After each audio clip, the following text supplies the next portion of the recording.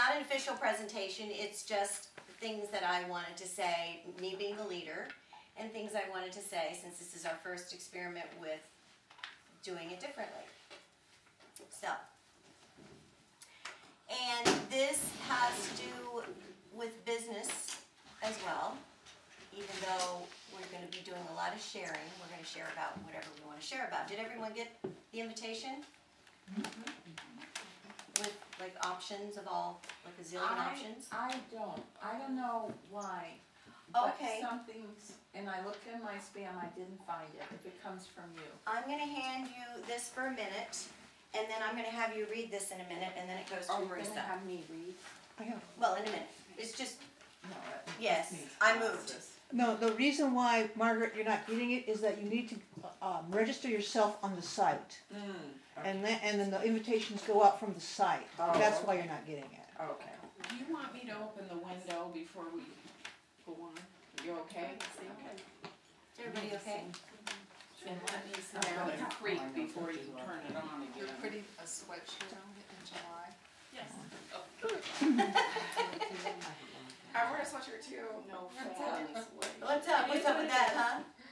So You're young. yesterday I did have my walk with Ann on the beach, soul walk on the beach, and I just wanted to say that, and that we just talked, and you never know what's going to come out of it, whether you see anything directly or not. And then last night, out of the blue, I had an extremely profound conversation with my husband about a topic that's not easy to have conversations about.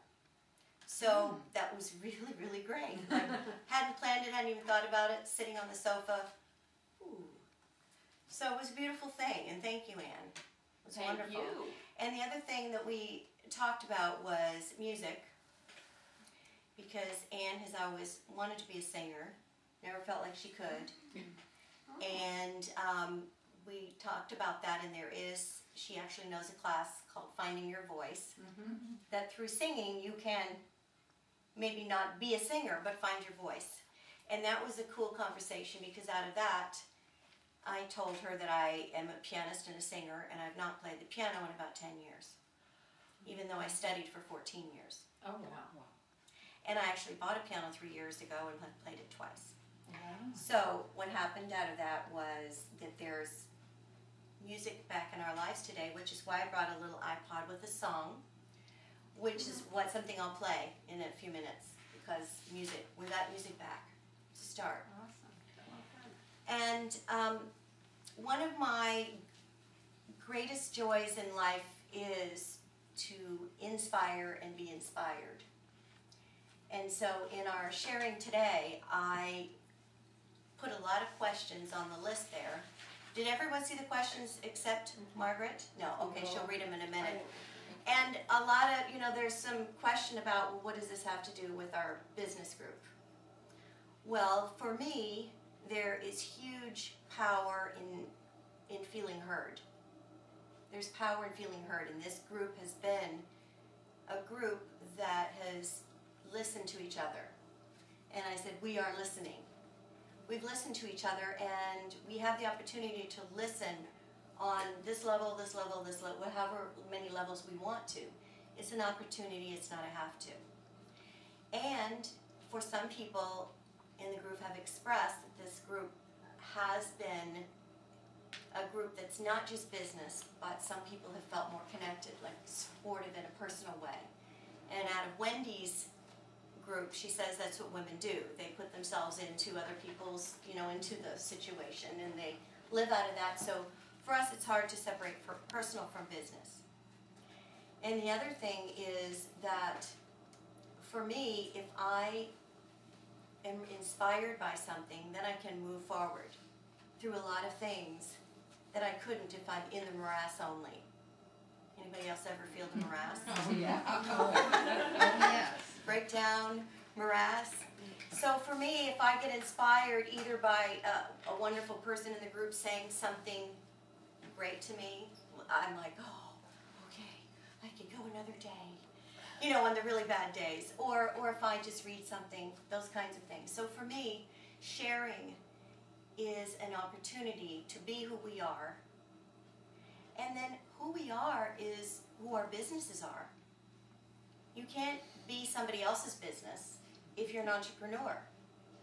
It's who, you are your business. So out of that, you're developing yourself in one way or another, whether you want to or not. But we want to, or we wouldn't be trying. Go work for somebody else, right? Or we wouldn't be trying, because there's part of us that wants to express into the world. So, and as Landmark taught me years ago, when I first did the forum in 1988, it was the most profound moment in my life, which said that everything's an interpretation. And I went, you gotta be kidding. Fundamentalism, extreme fundamentalism, black and white, heaven, hell, that's all I knew. It never felt good, but that's all I knew. So for that was amazing to me and thrilling, and so ever since then, I try to live with that there is, and in this group, and in each of our lives, there's no black, white, right, wrong. And that's a beautiful thing when you think about it. Like, you did that wrong.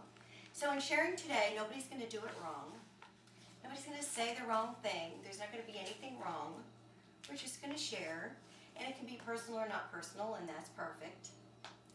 And the other thing Landmark taught me, that as a hairdresser and a personal service person for 20 years, I've heard lots of sharing from people. And along with Landmark, what we know for sure is that everyone in the world wants acceptance somewhere. Not by the people you can't stand, but by somewhere. We want acceptance, we want love, we want belonging, and we want someone somewhere to actually believe in us. And that's what this group has become. And it's originally set up, and it still is, a business group. But when you're in business, you have to have your life, support in your life. So I was just going to give you a couple of minutes of my background in the understanding of where I've come from, since I've been in business a long time. Coming from the extreme religion, I'm not a person who was naturally confident. I'm not a person who knew what the hell I was doing. I knew my skills, hair, makeup, whatever. Nobody in my family had been an entrepreneur. I knew nothing about any of that. And in my religion, making money is evil. You're not supposed to care about it. You're not supposed to make it. If you make it, you give it all away. That alone took years of a concerted effort to release all of that. And so money, I understand that conflict very well. And also, in my religion, exterior was not supposed to matter at all. Jewelry was wrong. You're supposed to not look unattractive, but you're supposed to care about the inside and not all about the outside. So for me to get to a place of my authentic self, I had to go through many, many processes of guilt and release and things to say, wow, this is who I am. Not like I'm trying to make it be, this is who I am. So that was another process in itself. And my real business didn't start till I was 40. So I'm a late bloomer in that way. And I got the idea from the IFLP when I did that in Chicago in 1990. And so it took me about 4 years of sort of creating and developing. And then I had no business plan. There wasn't like I'm trying to sell something. I didn't know what it was. I had a mission. I had a mission in life. And I want to read to you what the mission is, and still is.